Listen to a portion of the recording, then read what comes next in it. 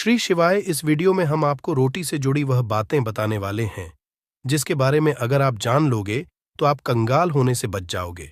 आपको हम बता रहे हैं कि जब आपके हाथ तंग चल रहे हो, जब रुपए पैसे कहीं से हासिल ही ना हो पा रहे हो, जीवन में चारों तरफ से केवल और केवल परेशानियां आ गई हो, उनसे बाहर निकल कोई रास्ता ना दिखाई पड़ रहा हो, व्यापार, फैक्ट्री, नौकरी, दुकान या कुछ भी ना चल रहा, चारों तरफ से नुकसान ही नुकसान हो रहा हो, तो आपको यह एक उपाय केवल एक दिन कर लेना है।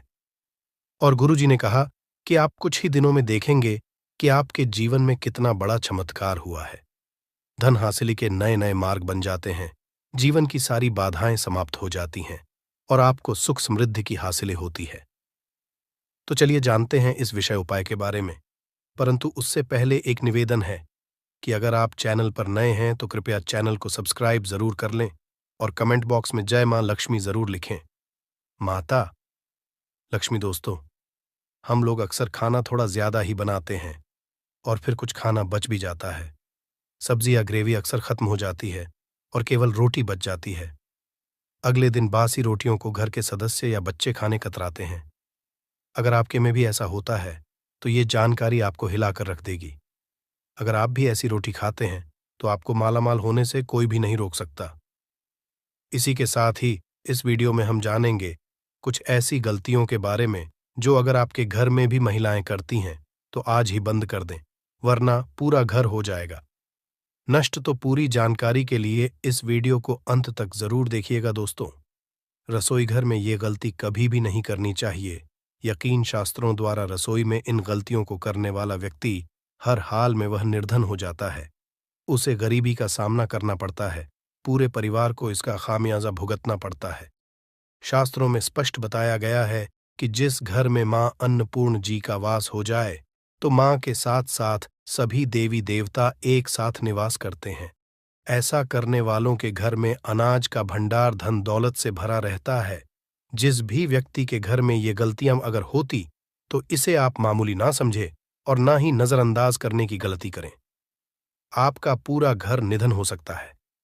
दोस्तों, व्यक्ति अगर जीवन में सफलता करना चाहता है तो उसके लिए सबसे ज्यादा जरूरी है उसके स्वास्थ्य का सही होना, और उसका शरीर अगर स्वस्थ होता है तो व्यक्ति सदैव ही अपने लक्ष्य को हासिल कर सकता है।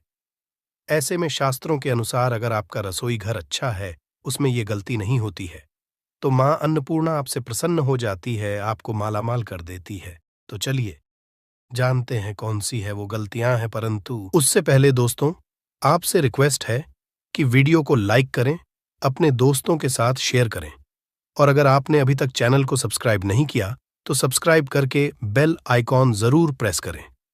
दोस्तों, नंबर 1, महिलाएं ऐसी होती हैं जो खाना बनाने से पहले स्नान नहीं करती, हाथ पांव नहीं धोती। रसोई घर में खाना बनाते समय इधर उधर जैसे बाल में या मुंह पर हाथ लगाती है और फिर बगैर हाथ धोए बिना हाथों को साफ किया खाना बनाती है, तो ऐसे में खाना दूषित हो जाता है। इस तरह का खाना खाने पर घर परिवार में बीमारी आती है। माता अन्नपूर्णा जी नाराज हो जाती हैं। ऐसे घरों में दरिद्रता का वास हो जाता है। ऐसे घर में रहने वाले व्यक्ति कामयाबी हासिल नहीं कर पाते और राहु केतु का भी बुरा प्रभाव पड़ता है। इसीलिए गलती कभी भी नहीं करनी ही चाहिए। सदैव स्वच्छ हाथों से ही खाना बनाना चाहिए। ऐसा करना माता अन्नपूर्णा को अति प्रसन्न करती है।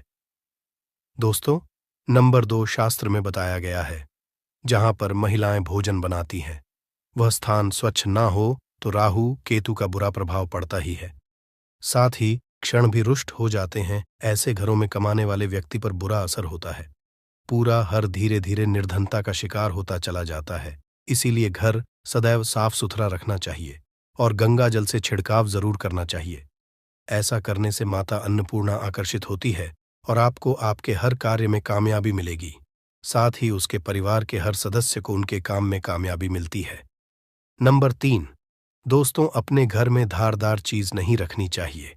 इससे परिवार में तनाव बढ़ता है और झगड़े आदि होने लगते हैं।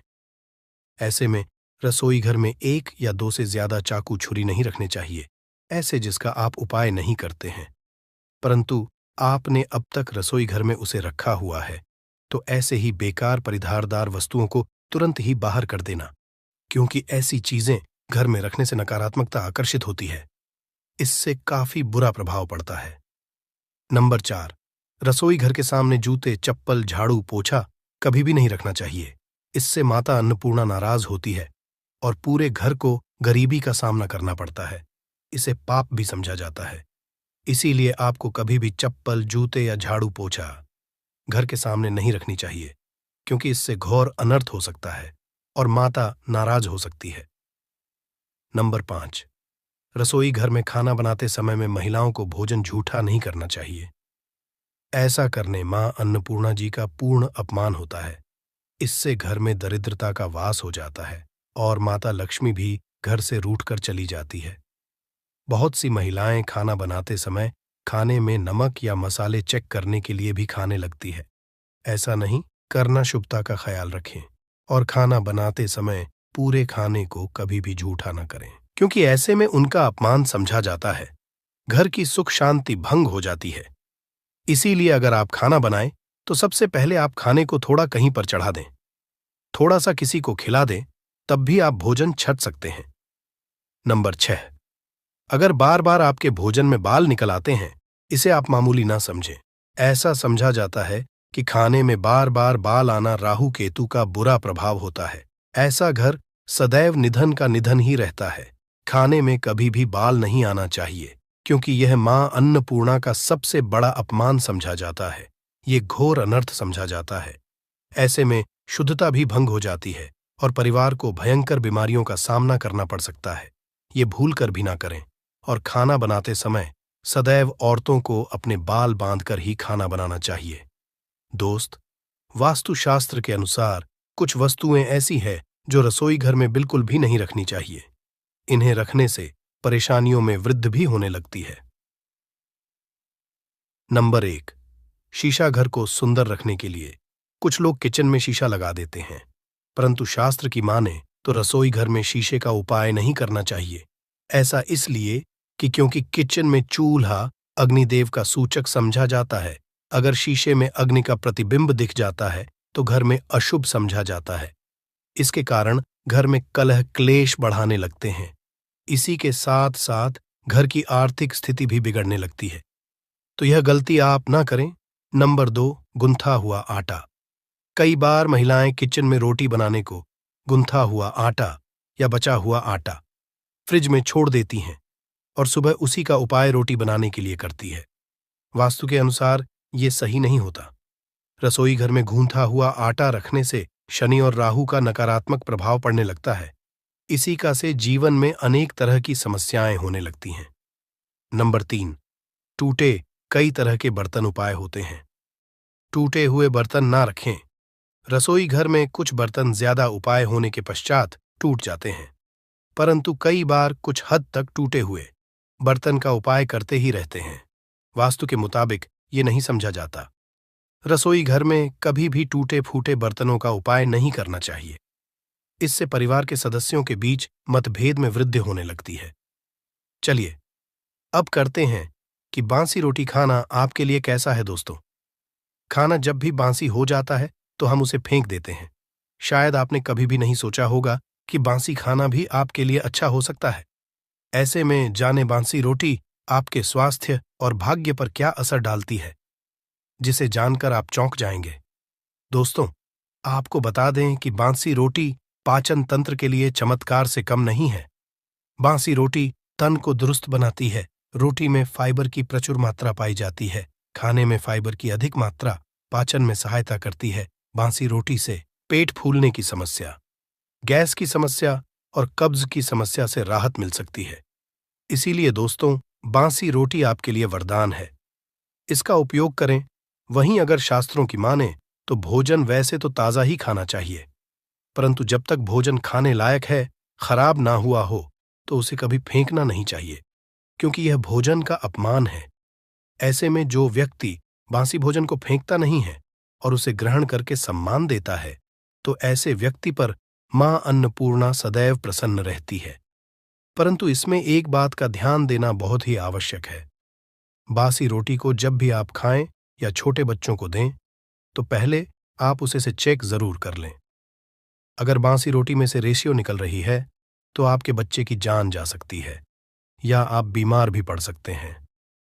बासी रोटी भले ही किसी चमत्कार से कम ना हो, परंतु लंबे समय तक बासी रोटी घर में रखना जहर के समान मानी जाती है। इसीलिए रेशियो वाली रोटी कभी भी ना खाएं। अब दोस्तों, आपको पूज्य गुरुजी द्वारा बताया गया उपाय बताने जा रहे हैं। प्रभावशाली चमत्कारिक उपाय है जो कि आपकी किस्मत को चमका देंगे। आपको लाभ शुरू करते हैं दोस्तों। परंपरा में गाय, गंगा और गायत्री का बहुत ज्यादा धार्मिक महत्व है। मान्यता है गौ माता के शरीर पर 33 कोटि देवी देवताओं का वास होता है। गौ माता की पूजा करने वाले जातक पर इन सभी देवी देवताओं की कृपा बरसती है। गौ सेवा से न केवल इस जन्म के बल्कि पूर्व के भी दोष दूर हो जाते हैं। हर एक सुबह जब आपके घर में भोजन बनाना प्रारंभ हो तो सबसे पहले बनाई गई रोटी को आप गौ माता के नाम से निकाल दें और भोजन कर पूर्व गौ माता को इस रोटी को खिलाएं। अगर संभव हो तो काली गाय को खिलाएं। ये भी काली गाय ना मिले तो सफेद गाय को भी आप खिला सकते हैं। आपको बता दें कि गाय को आप भी रोटी बनाएं। प्रतिदिन ताजी रोटी ही बनाएं। गाय को अगर आपने रोटी बनाई है तो कोशिश करें कि उस रोटी को आप तुरंत ही गाय को दे दें। अगर आप उस रोटी को रख देंगे और उस रोटी को अगले दिन देंगे तो वह रोटी बासी मानी जाएगी। गाय को कभी भी रोटी ना दें, इससे घर में नकारात्मक ऊर्जा वास करती है और जो भी काम आपके बनने वाले होंगे वह काम भी आपके बिल्कुल भी नहीं बनेंगे। इससे आपके घर में सदैव दर्द देवता का वास रहेगा और आप जिस भी काम उस काम में आपको सदैव असफलता ही हाथ लगेंगे। इसलिए कोशिश करें गाय को रोजाना ताजी रोटी बनाकर खिलाएं और रोटी को बिल्कुल ना रखें। उसी रोटी गाय को ना दें और साथ ही साथ सड़ी गली चीजें गाय को नहीं खिलानी चाहिए। घर में कोई फल, कोई सब्जी है, सो जाए तो लोग क्या करते हैं, गाय को देते हैं। नहीं, ऐसा नहीं करना चाहिए। ऐसा करने से अगर आप गाय खिलाते हैं तो और आप आपके भाग्य बन जाते हैं। आप बिल्कुल सड़ी गली चीजें गाय को ना खिलाएं और साथ ही साथ अब आटे की 11 लोहियां बनाकर उनके ऊपर हल्दी लगाएं। इसके बाद को खिलाएं। हर एक लोह को खिलाते समय गाय के सींगों पर आप हाथ फेरें, पीठ पर हाथ फेरें, मस्तक पर हाथ फेरे रहे हैं। माता गाय के अब चरणों का स्पर्श करें। दोस्तों, ऐसा करने से आपके समस्त काम बनने लगेंगे। जो दुख का समय चल रहा है वे भी खत्म। आपके जीवन में खुशियां ही खुशियां होंगी। और एक बार आप 7 बार गाय की परिक्रमा भी कर लें तो आपके समस्त काम होंगे। और साथ ही साथ आप गाय को जब भी रोटी दें, रोटी पर या तो आप थोड़ी हल्दी लगा लें या थोड़ा गुड़ रख लें। अगर गुड़ ना हो तो आप थोड़ा घी रख सकते हैं। दोस्तों, गाय को कभी भी सूखी रोटी ना खिलाएं। सूखी का मतलब गाय को रोटी खिलाएं, उस पर कुछ ना कुछ रख कर खिलाएं। हल्दी रख लें, गुड़ रख लें, मिश्री, घी या जो भी रख लें, मतलब खाली नहीं है। इतना करने मात्र से आपके जीवन के सभी दुख दर्द समाप्त हो जाएंगे। चीजों का दान करने से बहुत सारे ग्रहों को कंट्रोल किया जा सकता है। जनरल में रोजमर्रा की जिंदगी में जैसे हम कहते हैं गाय को रोटी देना, इससे किसी को भी पितृदोष से मुक्ति चाहिए तो गाय को रोटी दीजिए। काम में बार बार बाधाएं आती हैं और संतान सुख में कठिनाई आती हैं। धन संबंधी परेशानियां होती हैं। इसमें बहुत दूर तक पितृगण अगर नाराज हो तो इस तरह की चीजें आपके जीवन में होती हैं। और पितृ को करने के लिए ही कहा जाता है कि अमावस्या के दिन या तो चावल की खीर में रोटी डाल करके घर की छत पर कौवों को खिलाइए, किसी भी गरीब आदि को भोजन कराए। इससे आपके जीवन के बहुत सारे पितृगण, पितृदोष तो दूर होते ही है, बाकी भी बाधाएं दूर होती है। विष्णु पुराण के 3 अंश में बताया गया है 12वें अध्याय में कि कोई भूखा व्यक्ति द्वार पर अगर आ जाए तो उसे भरपेट रोटी जरूर खिलानी चाहिए। इससे नारायण प्रसन्न होते हैं। अन्न धन की कमी नहीं होती है। मनुष्य को परलोक का सुख मिलता है। दोस्तों, रोटी से भूख नहीं मिटाती, हमारे सोए हुए भाग्य को भी जगाती है। लेकिन बहुत से लोग रोटी के यूज करने के गुणों को नहीं जानते, इसलिए इसका लाभ नहीं उठा पाते हैं। तो चलिए, आज मैं आपको बताऊंगी कि रोटी से आप कैसे अपनी किस्मत चमका सकते हो, वो भी खास बासी रोटी का उपाय बताऊंगी जिससे आप किसी से भी बात मनवा सकते हैं, जिसे तंत्र अपनी भाषा में वशीकरण भी कहते हैं। और ये बहुत ही आसान होता है। कोई भी गलत नहीं होता है। बस इसमें ये बात करते हैं कि किस तरह से आप सही तरीके से अपने पति या पत्नी को जो रूठ गए हैं, मान नहीं रहे हैं, इस तरह से आप उनको बना करके वापस ला सकते हैं। सबसे पहले ग्रह दोषों की बात करेंगे तो शनि, राहु और केतु को पाप ग्रह कहते हैं और इनकी दशा से प्रायः हर तीसरा व्यक्ति पीड़ित है। और इन तीनों अशुभ फलदायी ग्रहों को एक साथ अगर आप अनुकूल बना करके चलना चाहते हैं तो सबसे आसान तरीका है रोटी में सरसों तेल लगाकर काले कुत्ते को शनिवार के दिन खिलाइए। रोज खिला सकते हैं तो बहुत ही अच्छा है। काले कुत्ते हैं तो 2 रंग का या दूसरे रंग के भी कुत्ते को खिला सकते हैं। ये सभी चीजें ग्रह दोष आपके जीवन से दूर होती हैं। नजर दोष हो, किसी ने कुछ किया धरा हो, किसी ने बांध दिया हो, भूत प्रेत आदि का साया पड़ा हो, जो भी मानते हैं ये अननेचुरल चीजों में, वो सभी को केतु ग्रह से संबंधित समझा जाता है। और कुत्ते को भी क्या मानते हैं, हम केतु ग्रह से संबंधित होता है। इस कारण अगर आप कुत्ता को रोटी खिलाते हैं तो आपके ये सभी तरह के ग्रह दोष दूर करने में सहायक समझा गया है। आप देखते होंगे घर में जभी भी छोटा बच्चा रोता है और आपको लगता है कि उसको नजर लग गई, ठीक से खाना नहीं खा रहा है, तो भी आपको रोटी का उपाय करना चाहिए। कहते हैं कि एक रोटी ले लीजिए और उस पर एक गुड़ का टुकड़ा रख दीजिए। इससे लपेट करके बच्चे के ऊपर से 3 बार आपको घड़ी की उल्टी दिशा में घुसमजा है और रोटी को गुड़ सहित आपको किसी कुत्ता को खिला देना चाहिए। आग बच्चा बिल्कुल चुटकियों में बहुत चेंजेस आ जाते हैं। और नहीं तो 2-3 बार कीजिए, उपाय अपने आप बच्चा ठीक होने लगता है। ये उपाय आपको आगे मैं जो बताऊंगी ये जरूर करना चाहिए। आप देखेंगे किस तरह से ये एक रोटी आपके जीवन से समस्याओं को जड़ से उखाड़ कर फेंकेगा। और ये उपाय आप कैसे करेंगे, कब करना है, ये आपको ध्यान से जरूर सुन लेना है। सुबह जब आप नहा धोकर के रेडी हो जाए, जब भी पहला खाना आप बनाएंगे तो पहली रोटी जो होगी उसमें आपको लेना चाहिए। उसको घी या शुद्ध सरसों का तेल उसके ऊपर लगा कर लें।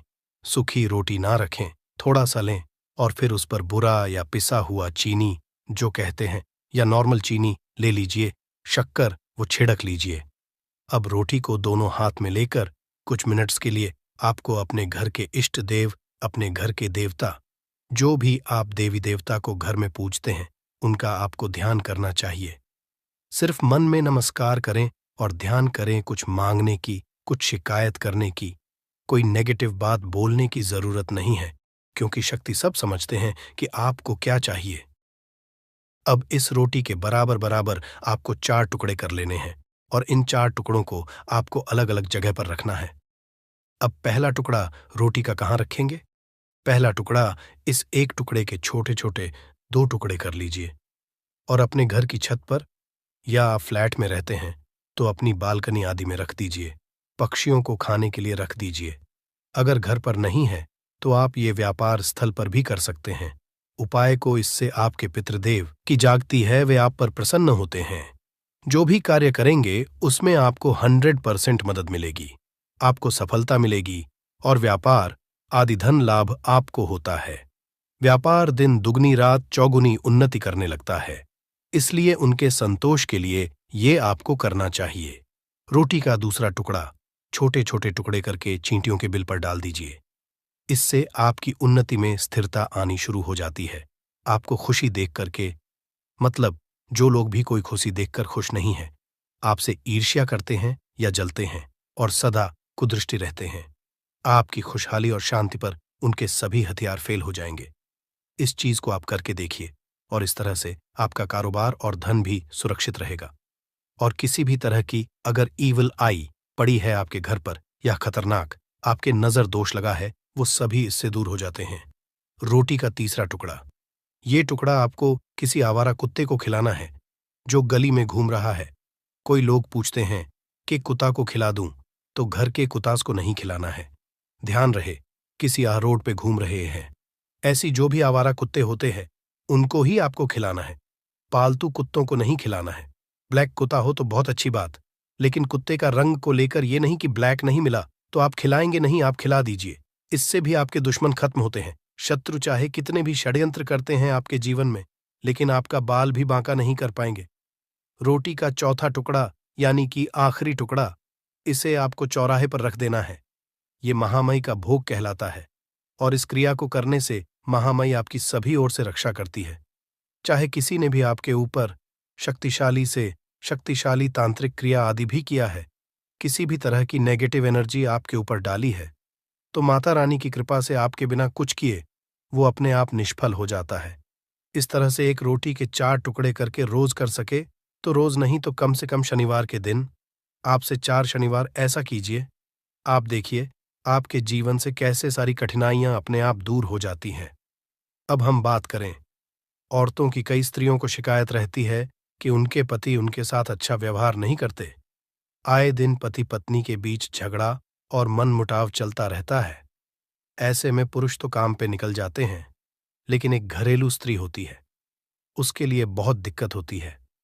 घर में इतना काम करने के बाद भी, या कोई वर्किंग भी वूमेन होती है, तो अगर पति उनका साथ नहीं देता तो ये उनके बाद उनका दिल तोड़ देती है। और अगर आपको भी लगता है कि घर वाले घर वालों के ज्यादा कहने में है, पतिदेव या भटक गए हैं, तो आपको बासी रोटी का एक बताऊंगी मैं मंत्र, वो आपको बासी रोटी लेकर के करना चाहिए। इससे आपका जीवन बहुत हद तक सुखमय हो जाता है। अगर आप पुरुष है तो भी आप इस उपाय को कर सकते हैं। अगर आपकी पत्नी किसी और के वश में हो गई है या कोई गलत काम करने लगी है, तो आप ये उपाय उनके लिए भी कर सकते हैं। लेकिन ध्यान रखें, ऐसी ही या महिला के लिए करें या ऐसे ही पुरुष या लड़के के लिए करें जो आपके हैं या आप जिनके लायक हैं, योग्य हैं। ऐसा नहीं कि कोई खूबसूरत लड़की देखी या शादीशुदा महिला देखा, उस पे पड़ोस में है, ये है, वो लगते हैं, उन पे मोहित हो गए और उसके बाद उनको बस में करने की सोचने लगे। ऐसा न करें, ये क्रिया उल्टा पड़ सकता है। उल्टा वो आपसे उससे भी ज्यादा नफरत कर सकते हैं। इस तरीके की मदद तभी लें जब कोई योग्य पर्सन हो जो आपके हैं, या लगता है कि नहीं ये हमारे साथ थे और अभी बिछड़ गए हैं हमसे। चाहे आप लिव इन में किसी के साथ बहुत दिनों तक रह रहे थे, या फिर आपको लगता है कि आप गर्लफ्रेंड बॉयफ्रेंड हैं बहुत सालों से और अचानक से वो दूर चले गए, तो आप इस उपाय को कर सकते हैं। लेकिन बेस्ट ये उपाय काम करते हैं पति और पत्नी, क्योंकि रोटी जो होती है वो खिलानी पड़ती है आधी आधी। तो ऐसे में जो साथ में रहते हो वो ये उपाय करें तो ज्यादा अच्छा हो सकता है।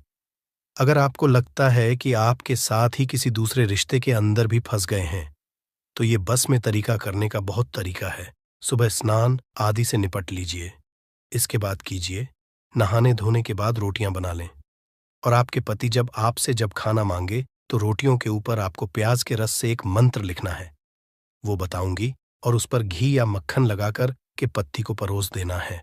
सबसे पहले इसके लिए प्याज का रस निकाल लीजिए, थोड़ा सा 1 चम्मच जैसा ही चाहिए। आप मिक्सचर में कर सकते हैं या फिर कद्दूकस से घास करके निचोड़ दीजिए। फिर ये आपको एक थाली लेनी है या परात लेना है, उसमें सिंदूर से का नाम लिखिए जिसको आप बस में करना चाहते हैं। चाहे हम समझते हैं कि ये 5 कनेर के फूल वाला उपाय करना किसको है, तो देखिए यहां पर सीधी सी बात है कि ये 5 कनेर के फूल वाला जो उपाय है ये किस लिए किया जा रहा है। ये मनोकामना को पूर्ण करने के लिए किया जा रहा है, या आपके जीवन में जो दुख और परेशानियां हैं उनको दूर करने के लिए किया जा रहा है, या आपका कोई बड़ा काम है जो कि नहीं हो पा रहा है, आप उसके इस उपाय को कर सकते हो, है ना। तो सीधी सी बात यह है कि आप अपनी किसी भी तरह की मनोकामना के लिए इस वाले उपाय को कर सकते हो।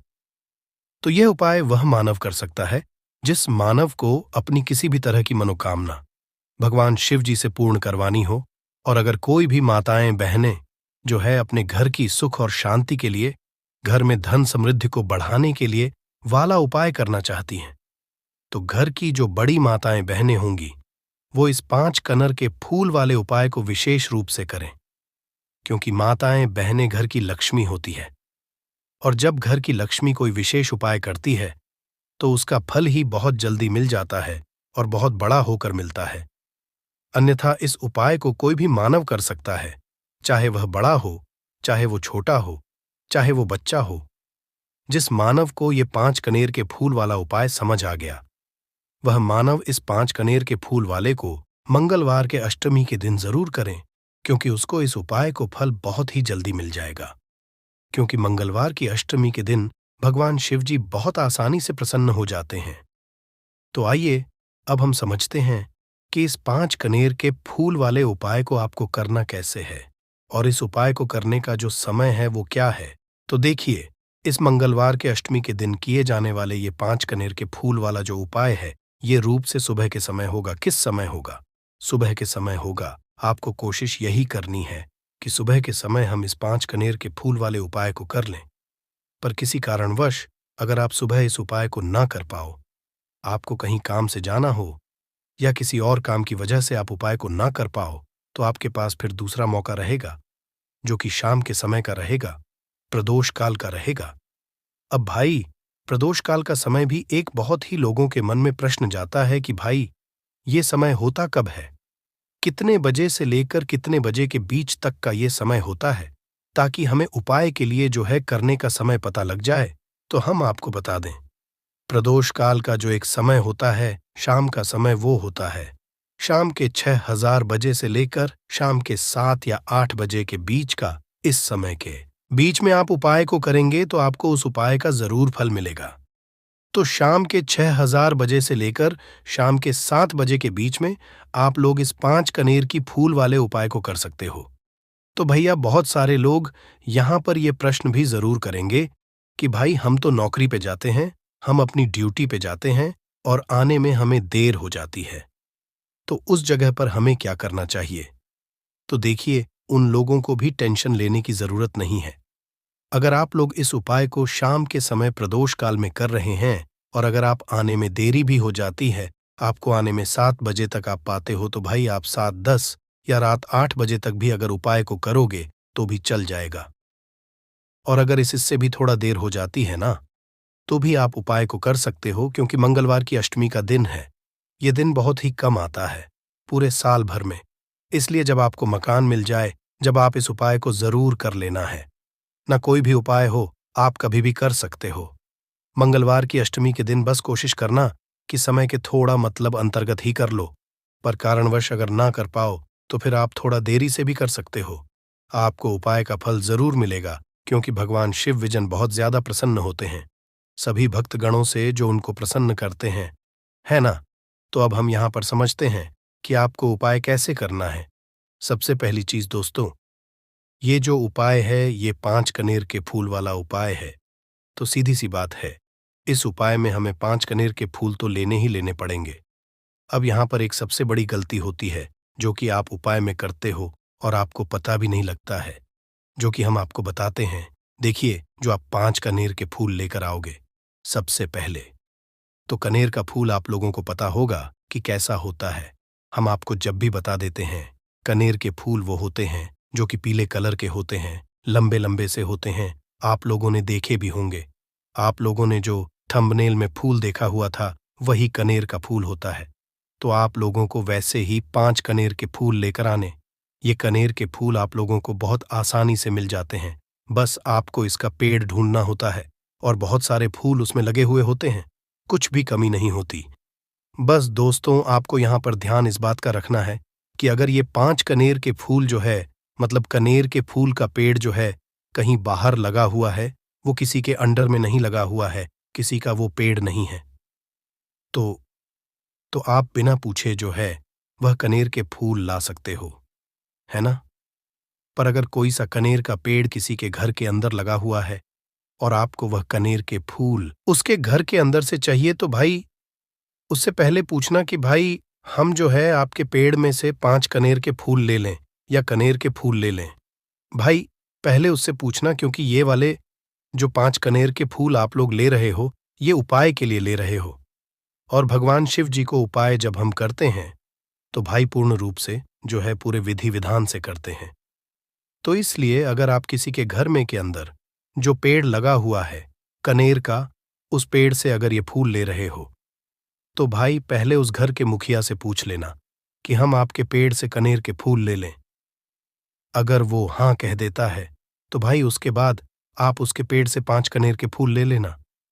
अगर कोई कनेर का पेड़ जो है ऐसे ही बाहर लगा हुआ है, खुले में लगा हुआ है, उस पर किसी का भी कब्जा नहीं है, तो वो आप जो है बिना पूछे भी में से तोड़ सकते हो। पर किसी के घर के अंदर लगा हुआ है, तो वह उससे सकर ही 5 कनेर के फूल उसके पेड़ में से लेना। अब आपके पास 5 कनेर के फूल भी आ चुके हैं। अब दोस्तों, कनेर के फूल के साथ में क्या हमें सीधा उपाय करना है या कुछ सामग्री भी लेकर जाना है? तो देखो, कोई भी उपाय जब हम करते हैं तो सीधा हम उपाय जाकर नहीं करते हैं। उससे पहले हम भगवान शिव जी की पूजन अर्चना भी करते हैं। तो देखो, अगर यह उपाय आप सुबह के समय कर रहे, प्रातःकाल कर रहे हो, तो आप लोगों को अपने साथ में कम से कम 1 लोटा छल तो जरूर लेकर जाना ही जाना है। मंगलवार की अष्टमी का दिन रहेगा। वैसे ही माताएं बहनें अपनी पूजन सामग्री लेकर जाएंगी, तो उन लोगों के लिए कोई दिक्कत नहीं है जो प्रतिदिन शिव जी के मंदिर जाते हैं या मंगलवार के अष्टमी के दिन अपनी पूरी पूजन सामग्री लेकर जाएंगे। भाई, वो वैसे के वैसे ही लेकर जाएं। ये बात उनके लिए है जो कुछ भी लेकर नहीं जाएंगे। भाई, वो बस 1 लोटा जल तो जरूर लेकर जाएं। अगर वह इस उपाय को 5 कनेर के फूल वाले उपाय को कर रहे हैं, उसी के बाद में दोस्तों, शाम के समय की बात करें तो भाई, शाम के समय अगर आप लोग इस 5 कनेर के फूल वाले उपाय को कर रहे हो, तो अपने साथ में एक गोल बाती का घी का दीपक जरूर लेकर जाना। जो घी का दीपक लोगे वो आटे का होना चाहिए। आटे का होने के साथ में उसके अंदर गोल बाती रखा आएगी। वो गोल बाती आप अपने हाथों से बनाओगे ज्यादा बेहतर होगा। साथ ही में उस दीपक के अंदर जो मतलब चीज डलेगी, वो डालेगी शुद्ध देसी गाय का घी, है ना? उसके अंदर शुद्ध देसी गाय का घी ही डालना, न भैंस का डालना, न मिलावटी बाजार का घी डालना। इस बात का भी आप लोग ध्यान रखना। अगर आपको उपाय का पूर्ण फल चाहिए तो भाई करना क्या है? देखो, सुबह अगर उपाय कर रहे हो ना, तो अगर 10, 11, 12 बजे तक भी उपाय करोगे तो भी कोई दिक्कत वाली बात नहीं है, कर सकते